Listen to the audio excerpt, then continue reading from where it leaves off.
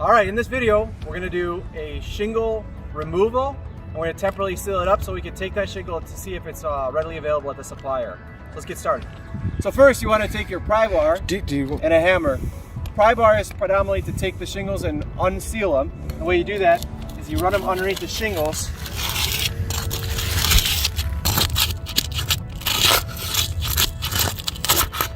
And then you want to look, where does the shingle end? If it doesn't end here, you're going to keep going in one direction.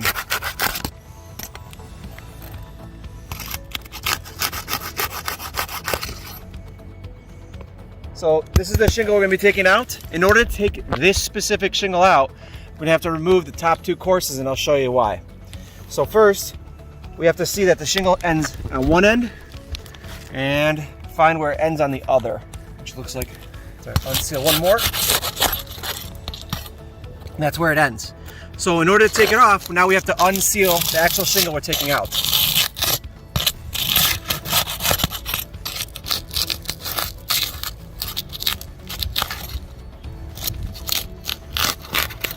All right, so we've unsealed the shingle we're taking out.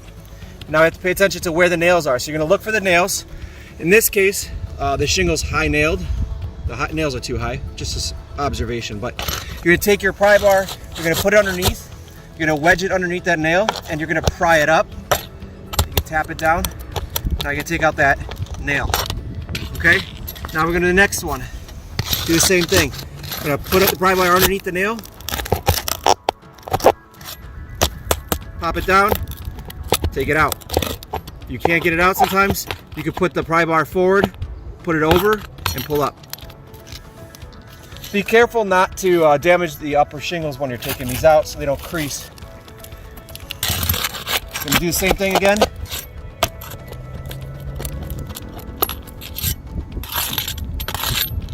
And last but not least, oops.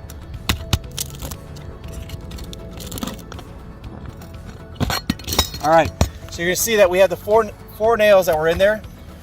That's not enough to take out the shingles. So when you're nailing the next course of shingles, as you nail it through the proper nailing line, which would be right here, you're actually hitting both courses. So now instead of having 4 nails really hold the shingle, you have 8 holding it.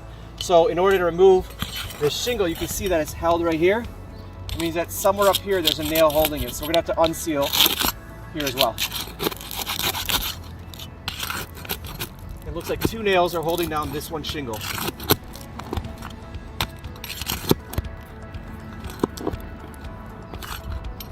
So there's one, you can still see that it's not pulling out.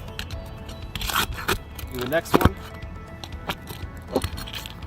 We got 2, and it's got some give already. We're gonna have to keep going down the line.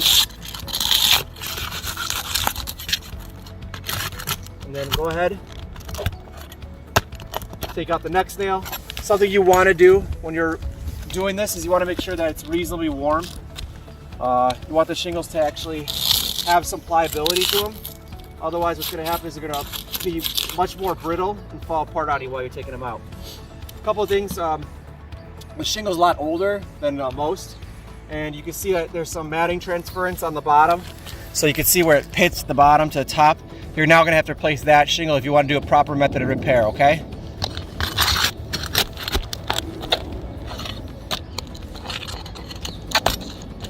Let's go ahead and see if that's enough.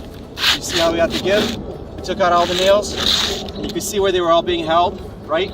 The bottom course, which you can see when I was taking it out, and then you have the top course. The reason why I say it's high nailed, should have been nailed right here.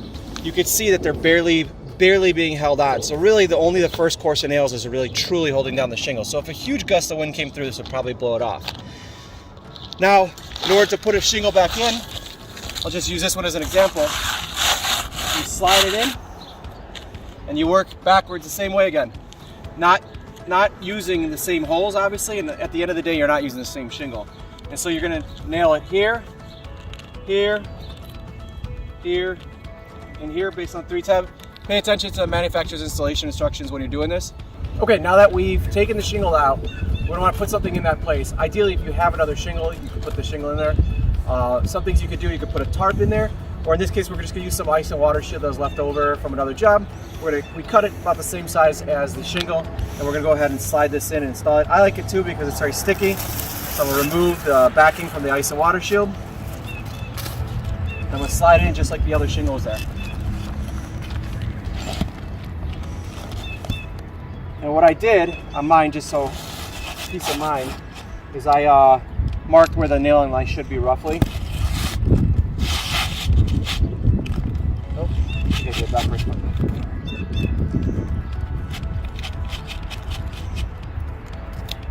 So we slid it in. Make sure the debris out. Again, this is a temporary method of repair. It's not intended to be there permanently. And so now we're going to want to put the nail in. You could reuse the old nails if you still have them up there. The way you're going to want to do that is you're going to want to lift the shingle up. When you nail anything in, you want to make sure that the head of the hammer is flat. So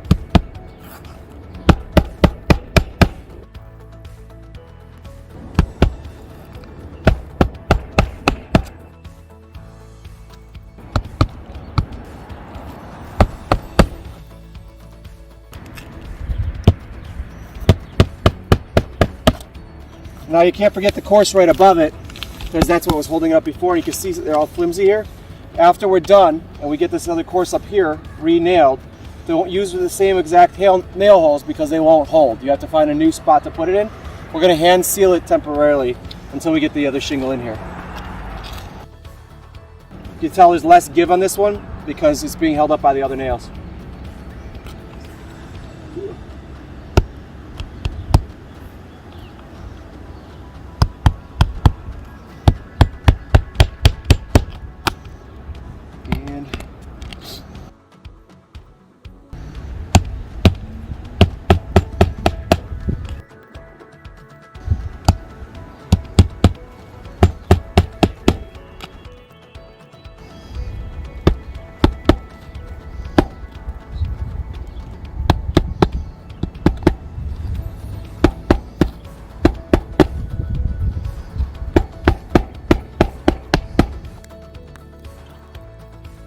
Now I'm going to go grab sealant. I'm going to put it underneath. You could use like roof cement or silicone, especially since it's temporary, just so these don't blow off, and you can cover up the nails at that point. So that is how you take out a shingle, like this one. Now you can bring it to a local supplier and take a look and see if they have that shingle readily available. Thanks guys.